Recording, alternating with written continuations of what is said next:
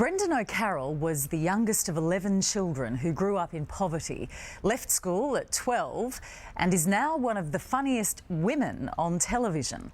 His character, Mrs. Brown, is the opinionated mammy with the foul mouth and a heart of gold. It was Agnes Brown who saved Brendan from bankruptcy and ruin. As Ross Coulthart discovered, this is a rags to riches story on feckin' steroids. This programme contains strong language. People would say, and they might say, but there is no nudity.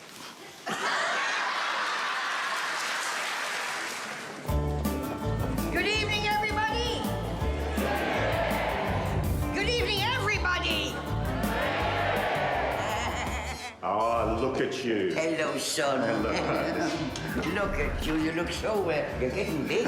He's getting very... Come on, son, let's go to this table. So, do you get excited about this time of the night?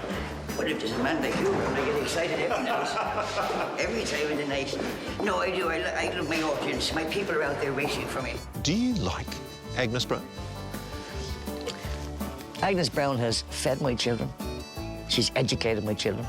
She's bought all of them a house. She's made my friends and those who I love very comfortable in their lives. And she makes me laugh. I love Agnes Brown. Good luck with the show. Will you watch He's a lovely boy. He's a lovely boy. He's done the night show. Lovely. He does a stint as a male stripper in his part-time. You can see why. Why, he's lovely credentials. Yeah. Good. See you, Ross. Bye. See you, Agnes. This hugging thing you guys do, it reminds me it's a big family atmosphere here, isn't it? Yeah, you know, it is. How are you? Thank you so much. It would never cross my mind, for instance, to not hug somebody when I meet them. Now, I know sometimes it's very intimidating because you come right at you. No, it's nice. No, I do too. I don't usually like to single any particular actor out for mention, but really, tonight, I thought I was amazing. Let's look at the fact that almost everybody in the cast is family. Yeah. So this is my wife, Jenny. Hello, darling. Hello. How are This you? is my son, Hi, Danny. Ross. Hello, How are Jenny. you? Nice to meet you. I'm very lucky that I love my kids, and I'm very lucky that I've got kids who are glad to be loved and love me right back. This is my to see daughter, you. Fiona. Hello, Fiona. How are you? My daughter-in-law, Amanda. It is a family affair, this, isn't it? This is my brother, Phil. Darling. Hello, sweetheart. Oh, you're too tall, darling. Family working together and on the road together shouldn't work, but it does. Ladies and gentlemen, Dermot Brown.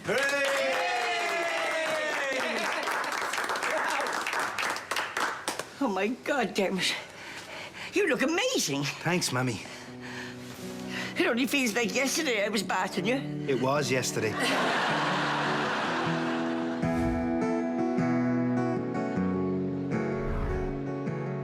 You were one of 11 kids. Yeah. You grew up in a fair degree of poverty, didn't you, in Dublin? Well, yeah, it was poverty. Now, in retrospect, it was poverty. At the time, we didn't realise we were poor.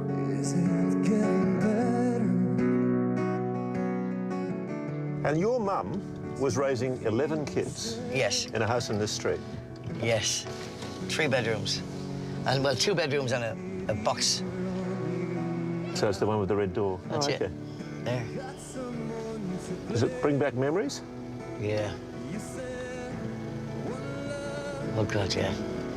11 kids in a 3-bedroom house. That's quite something. And I knew every person on this street, every single person in every house on this street.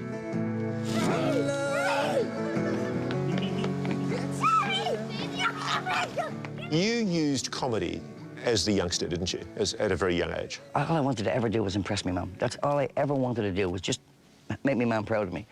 And one thing I knew I could do for sure was make her laugh. A lot of people ask, is Mrs. Brown based on my mum? I used to say no, but I think maybe somewhere along the line she is. Maybe my mum without the education. My mum started life as a nun, and then she obviously left the nunnery because she had 11 kids. Good move.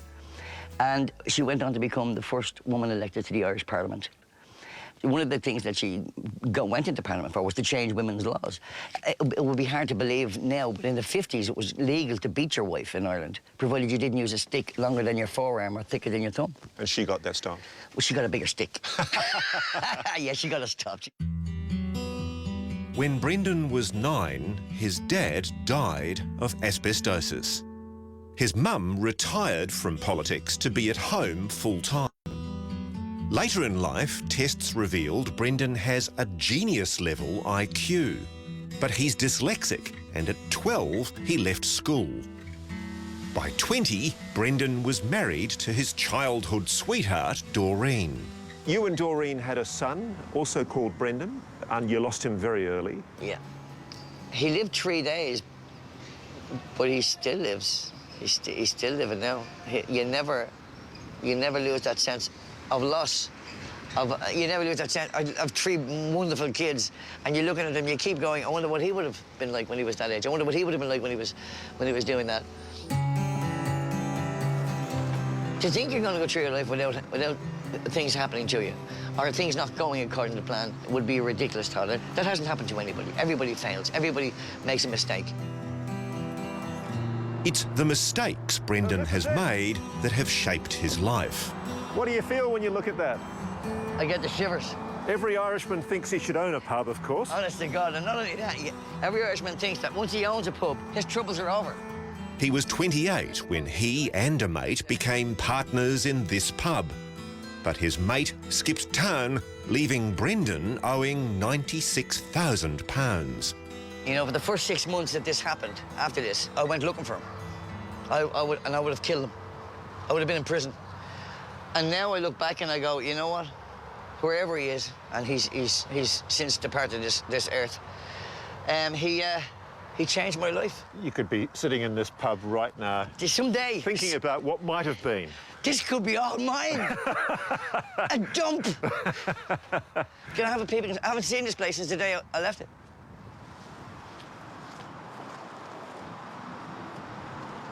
This was the cabaret room. Heavily in debt, Brendan needed money fast. That's the bar. And with a stage over here. He'd always been quick with a joke, so he gave stand-up comedy a go. I did my own version of Blind Date. I had 3 girls on the stage. What's the first thing you look for in a man? And 2 really posh girls, and I had a real Dublin girl at the end. So the first posh girl said, oh, eyes, I like eyes, a man with strong eyes. So I'm going, strong eyes. And I'm going, oh, God, please make me funny. Got to the second girl, she said, I like a man with a good swagger, who carries himself well. God. And the third girl said, and here's where you can get your bleep ready, I don't care as long as he has a big and the place fell apart laughing. And what I twigged in that moment was, that girl did nothing except be herself. I'd spent years being somebody else, depending on what I was doing. Why don't I just try being myself?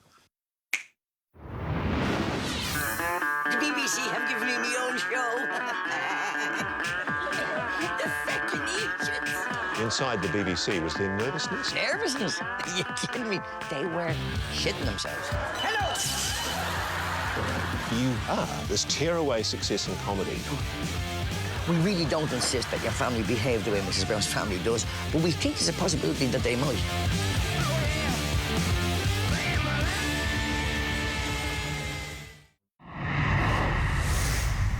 I'm coming, Grandad! I didn't do anything. I know, but you will. Now, Agnes Brown, Mrs. Brown, it's been described as an overnight success, but that's actually not right, is it? Because it's something you've been working on for decades. Absolutely. Give us the history of how she evolved. Started as a 5-minute piece on radio. I'd done an interview not unlike this, but on radio. And I said, I'm writing a soap. 5-minute comedy soap. You just made that up. On the spot. I said, 5-minute comedy soap, yeah. So he said, what's it called? And what popped into my head was, the day we had done it, was, I think it was something like maybe the 30th anniversary of the first test tube baby. I know that sounds that they're not related. Who was Louise Brown? Louise Brown. And that's where Mrs. Brown came from. I was reading it that morning and he said, so what's it called? And I said, Mrs. Brown's Boys. And he said, what's it about? And I start whapping. Well, just widow, and she lives with adult kids, but she treats them all like their children, you know, and it's really funny, really funny. So he said, I'd love to see the first few episodes. I can't sleep. Mrs. Brown on the radio was an instant hit. Does that smell like chloroform to you? The success prompted Brendan to take another career gamble Here we are. and lose another fortune. In 1998, he wrote and directed a movie which was never released. You had about £2 million or something. Yeah, the day before we start shooting, I lost my distributor. Oh. Now, that means we lost our money. and I had 35 grand in the bank, 75 people there in the crew, and I should have said stop. But I didn't. So eventually it went bottom up. Went bottom up, and, well, yeah, it did. What was I had that enough like? money. Oh, terrifying. Absolutely terrifying. 2 days in a row. 2 days, I sat in the apartment I was living in, all the curtains pulled, didn't turn on the lights, and sat in the dark for 2 days. Didn't eat, didn't drink, just sat in the dark for 2 days. That same year, Brendan's marriage broke up. Almost £2 million in debt, he turned to Mrs. Brown for help. No, excuse me! He turned the radio play into a stage show and gave starring roles to his family and friends who stood by him during the hard times. The show was a sellout, and still is. Do you want a cup of tea, love? Oh, no, Mammy, sure, I'm running late. No, you don't break your neck. He'd be late as well. Did Daddy always come late? Everything with Agnes is, do you want a cup of tea? And actually, on stage, they know if I run into trouble, because if I run into trouble, I just go, I'll make a cup of tea. We just called in to see if you're okay. We heard a bit more.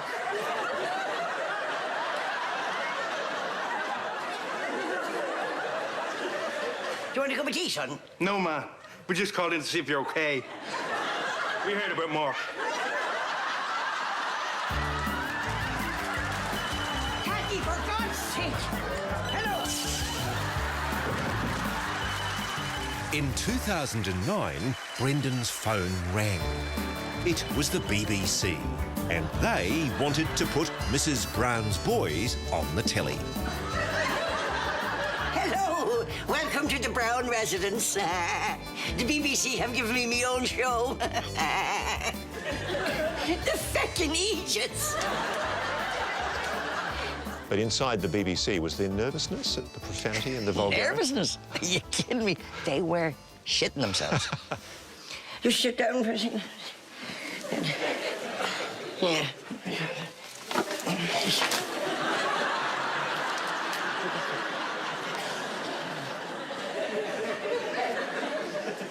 Yeah. Could you just...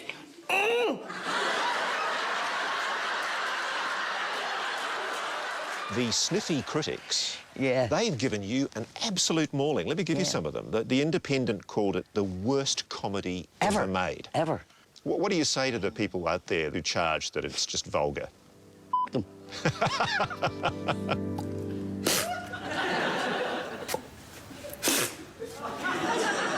Buster, I'm telling you, if the dog sees you playing with her ball, she'll go mad. There's no message in Mrs. Brown. We really don't insist that your family behave the way Mrs. Brown's family does, but we think there's a possibility that they might. Jesus Christ! Oh, Jesus Christ! You won't even let me I try. do let you try, Kathy. You're the one that starts these feckin' things, and then when you're halfway through them and they fall apart, I'm the one that has to pick up the piece and try and put the feckin' back together. Mommy, no! Mommy, I am not doing this with you anymore, all right? Fine! 8 years ago, Brendan married again.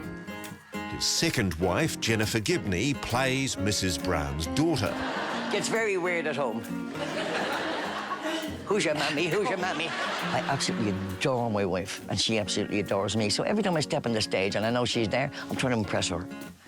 I only write so that she'll be impressed with me. So, Jen, there's a moment in every show where I've seen that you get that look in your eye. Yeah. And he's just about to go feral. He's about to start ad-libbing. It's time to play. I can't do it if you make me laugh. Where'd I hear that before? Oh, yeah.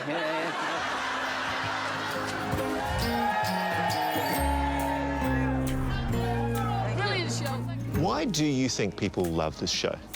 I think there's an underlying warmth. What age are you, Ruby? I've got a 7-year-old grandson. Say he's like you. I don't think it demands anything of you. You know, sometimes when you've had a hard day at work and you come home and you're tired and just put your case down, you get your cup of tea. Just give me a laugh. Don't ask me to think. Mrs. Brown, there's no work out there. In 3 weeks, Mark is finished, and the chance of getting a job is, well, there's nothing. I know you feel like that, Betty, but you mustn't give up hope. We're not giving up, Mrs. Brown. Find some work in Australia. Well, Jesus, we'll miss you, won't we, son? We're all going to Australia. When do we leave?